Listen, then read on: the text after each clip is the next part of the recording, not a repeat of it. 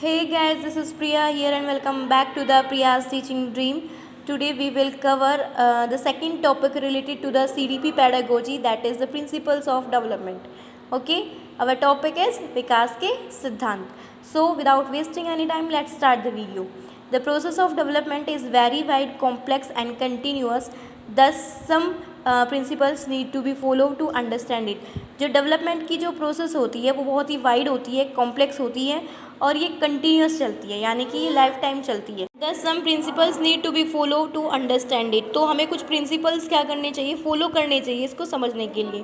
First one is principles of continuity. पहला है हमारा निरंतरता का सिद्धांत। Process of development is continuous, starts from the conception through birth to life long, that is from वॉर्म to tomb. कि जो निरंतरता का सिद्धांत है, इसमें जो डेवलपमेंट की प्रोसेस होती है वो कंटिन्यूअस होती है, यानी कि वो कंसेप्शन से और मतलब बर्थ से और लाइफ लॉन्ग चलती है। देखिए जैसे कंसेप्शन मीन्स कि जैसे वो वॉर्म में होता है बेबी अपनी मदर के, तभी से उसका डेवलपमेंट स्टार्ट होता है। तो ग्रोथ क्या होती है हमारी, ग्रोथ वॉर्म टू टॉम चलती है, ठीक है, यानी कि गर्भ से लेके और कब्र तक की डेवलपमेंट लाइफ लॉन्ग होती है, लाइफ टाइम चलती है डेवलपमेंट, नेवर एंडिंग प्रोसेस है। Okay, so our second principle is principles of development direction.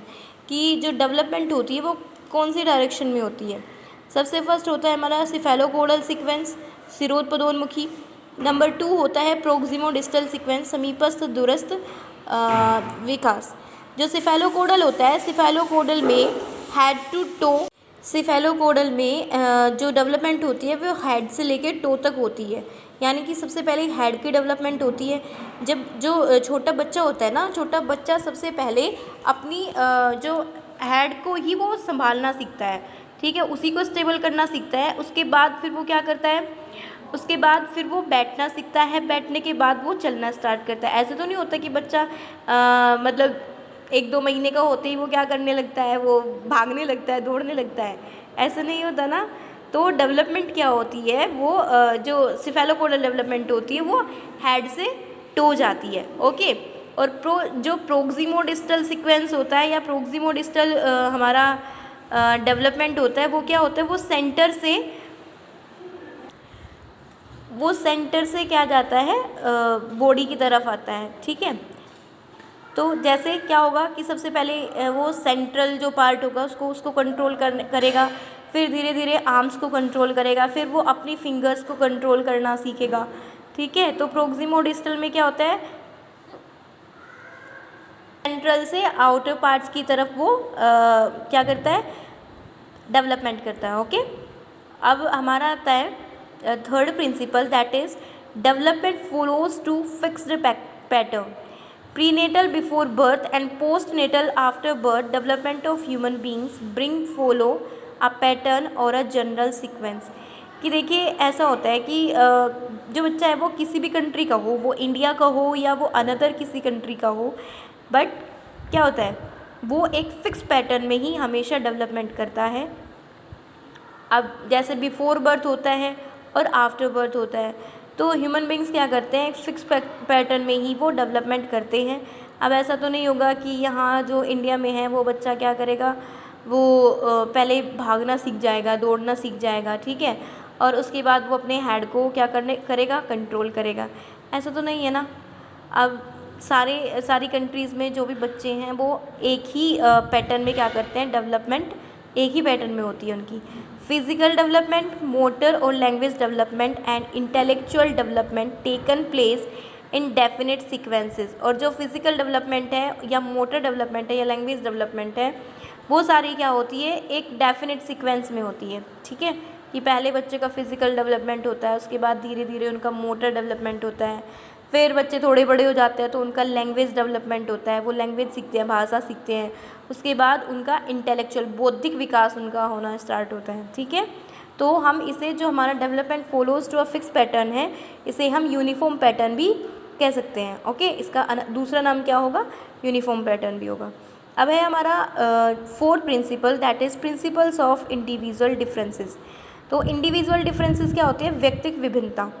कि एक फिक्स पैटर्न में बच्चे डेवलपमेंट तो करते हैं, बट इसके बावजूद भी क्या होता है, इंडिविजुअल डिफरेंसेस होते हैं हर बच्चे में। इंडिविजुअल डिफरेंसेस कैसे हुए?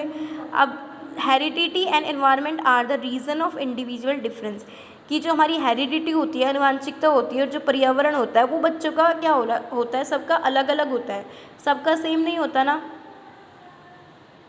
हेरिडिटी इन द सेंस कि जो बच्चे के जो फीचर्स हैं या फिर जो उसके अंदर जो क्वालिटीज़ आई हैं वो अपनी हेरिडिटी के अकॉर्डिंग आई है, अपने पेरेंट्स की हेरिडिटी के अकॉर्डिंग आई है।